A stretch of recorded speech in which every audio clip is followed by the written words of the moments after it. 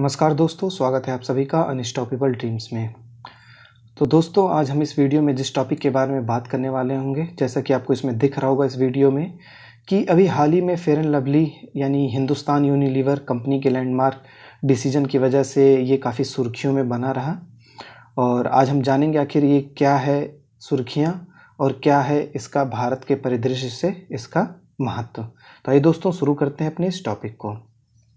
तो दोस्तों, अगर मैं आपको ब्रीफली थोड़ा सा अगर हिंदुस्तान यूनिलीवर के बारे में बता दूं, तो हिंदुस्तान लीवर एक जॉइंट बेस कंपनी इंडिया के साथ, ये ब्रिटिश डच मल्टीनेशनल कंपनी है और इसका जो व्यापार है अभी फ़िलहाल में 2500 करोड़ रुपए का व्यापार है।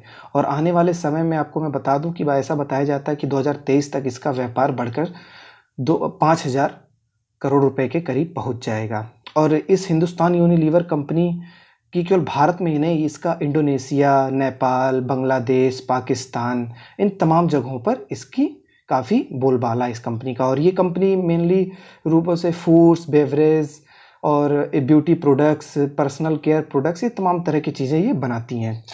तो दोस्तों, जैसा कि मैं आपको बता दूं कि जैसा आपको अभी दिख रहा होगा कि हिंदुस्तान यूनिलीवर कंपनी ने जो फेयर एंड लवली है इनकी, तो इन्होंने फेयर एंड लवली में से फेयर शब्द को हटा दिया है।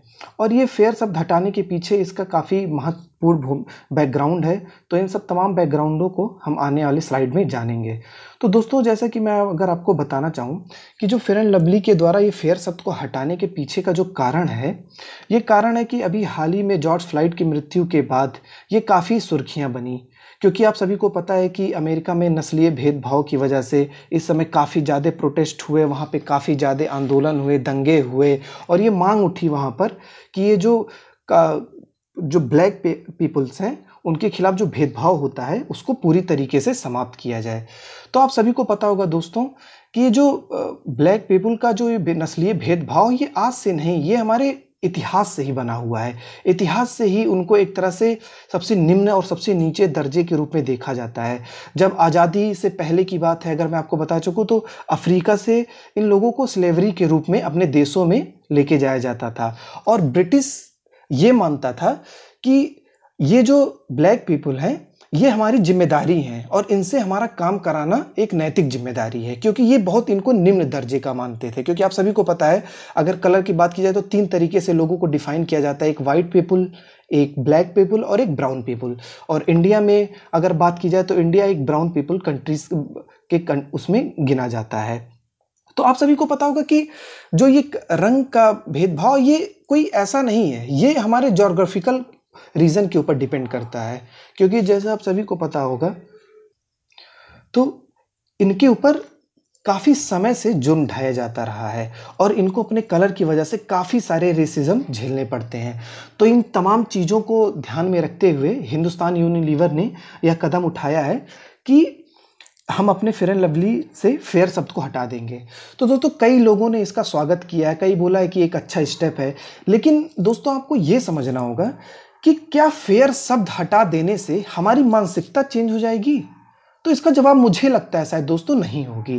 क्योंकि एक तरह से ये जो गोरे और काले लोगों का जो भेदभाव है, ये हमारे बचपन से हमें एक तरह से हमारे माइंड सेट में डाल दिया गया है कि जो गोरे होते हैं वो अच्छे माने जाते हैं और जो काले होते हैं वो नहीं अच्छे माने जाते हैं। इसका मैं आपको जीता जाता उदाहरण अगर देना चाहूँ तो 2014 में यूएस की बात है, न्यूयॉर्क की बात है, वहाँ पे नीना दाउलरी करके एक महिला थी और उन्होंने मिस न्यूयॉर्क जीता था। लेकिन उसके इस जीतने के बाद काफ़ी सारी कंट्रोवर्सी हुई। क्योंकि आपको मैं बताना चाहूँ, अगर उनके बारे में कहा जा रहा है क्योंकि उनका रंग काफ़ी सांवला था और इस सांवले रंग के होने के बावजूद भी अगर उन्हें मिस न्यूयॉर्क बनाया गया तो ये अपने आप में कहीं काफ़ी बड़ी बात रखती है। लेकिन कई लोगों को ये चीज़ें पसंद नहीं आई। तो दोस्तों, क्या आपको लगता है कि अगर वो महिला भारत में होती तो क्या उन्हें ऐसा कोई पदवी मिलती? तो ये आप सभी को सोचना पड़ेगा और मैं इसके लिए आप सभी को सोचने के लिए छोड़ता हूँ कि क्या उनके साथ ऐसा होता, क्या उनको ये पोजीशन दिया जाता, नहीं दिया जाता।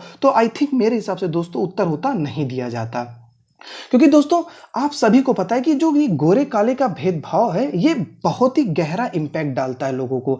हम लोगों को पता नहीं चलता है कि अगर जब हम भेदभाव करते हैं तो जो उनकी मानसिकता है उनके ऊपर कितना गहरा प्रभाव पड़ता है और ये प्रभाव उनके अंदर ही अंदर कहीं ना कहीं उनको एक तरह से डिप्रेशन, एक उनको तमाम तरह से उन लोगों को प्रभावित करता है, उनके जीवनचर्या, दिनचर्या, वो इनसिक्योर महसूस करते हैं कहीं भी निकलने से, या चीज़ों को वो एक तरह से वो एक अंदर ही अंदर एक, मैं आपको बता सकता हूँ कि एक कुंठा नाम की चीज़ें बैठ जाती हैं, क्योंकि ये एक तरह से सोसाइटी में चीज़ें हो रही हैं। गोरे काले का ये जो रेसिज्म है ये होता है हमारे सोसाइटी में, तो उनको ऊपर दर्जे का, नीचे दर्जे का तमाम चीज़ें उनको फेस करनी पड़ती है।